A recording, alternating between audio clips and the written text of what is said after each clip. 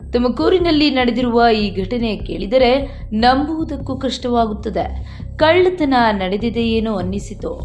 ಆದರೆ ಶಟರ್ ಮುರಿದಿಲ್ಲ, ಅಂಗಡಿಗೆ ಯಾರೂ ನುಗ್ಗಿಲ್ಲ. ಆದರೂ 10 ಲಕ್ಷ ರೂಪಾಯಿ ಮೌಲ್ಯದ ವಜ್ರಾಭರಣಗಳು ನಾಪತ್ತೆಯಾಗಿದ್ದವು. ಸಿಸಿಟಿವಿ ಪರಿಶೀಲಿಸಿದಾಗ ನಿಜವಾದ ಕಳ್ಳ ಯಾರು ಎಂಬುದು ಗೊತ್ತಾಗಿ ಮಾಲೀಕರೇ ಬೆಚ್ಚಿಬಿದ್ದರು. ಅಷ್ಟಕ್ಕೂ ಆ ಕಳ್ಳ ಯಾರು? ಇಲ್ಲಿದೆ ಸಂಪೂರ್ಣ ವರದಿ. ತುಮಕೂರು ನಗರದ ಕಾಲ್ಟೆಕ್ಸ್ ಸರ್ಕಲ್ ಸಮೀಪದ ವಿಶ್ವಾಸ್ ಜ್ಯುವೆಲರಿ ಶಾಪ್ನಲ್ಲಿ ನಡೆದಿರುವ ಈ ಘಟನೆ ಎಲ್ಲರನ್ನೂ ಅಚ್ಚರಿಗೊಳಿಸಿದೆ. ಪ್ರತಿದಿನದಂತೆ ರಾತ್ರಿ ಅಂಗಡಿ ಮುಚ್ಚಿ ಸಿಬ್ಬಂದಿ ಮನೆಗೆ ತೆರಳಿದ್ದರು. ಆದರೆ ಬೆಳಗ್ಗೆ ಅಂಗಡಿ ತೆರೆದಾಗ ಸುಮಾರು 50 ಗ್ರಾಂಗೂ ಅಧಿಕ ತೂಕದ ವಜ್ರ ಹಾಗೂ ಚಿನ್ನಾಭರಣಗಳು ಕಾಣೆಯಾಗಿದ್ದವು. ಸುಮಾರು 10 ಲಕ್ಷ ರೂಪಾಯಿ ಮೌಲ್ಯದ 3 ಸರಗಳು ಹಾಗೂ 10 ಉಂಗುರಗಳು ನಾಪತ್ತೆಯಾಗಿದ್ದವು. ಇದರಿಂದ ಸಿಬ್ಬಂದಿ ಹಾಗೂ ಮಾಲೀಕರು ಆತಂಕಕ್ಕೊಳಗಾದರು.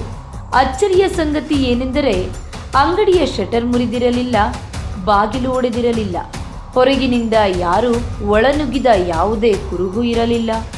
ಪೊಲೀಸರಿಗೆ ದೂರು ನೀಡುವ ಮುನ್ನೆಚ್ಚರಿಕೆಯಾಗಿ ಸಿಸಿಟಿವಿ ದೃಶ್ಯಗಳು ಪರಿಶೀಲಿಸಲಾಯಿತು. ಆಗ ಎಲ್ಲರಿಗೂ ಅಚ್ಚರಿ ಕಾದಿತ್ತು. ಕಳ್ಳ ಮನುಷ್ಯನಲ್ಲ, ಒಂದು ಪುಟ್ಟ ಇಲಿ.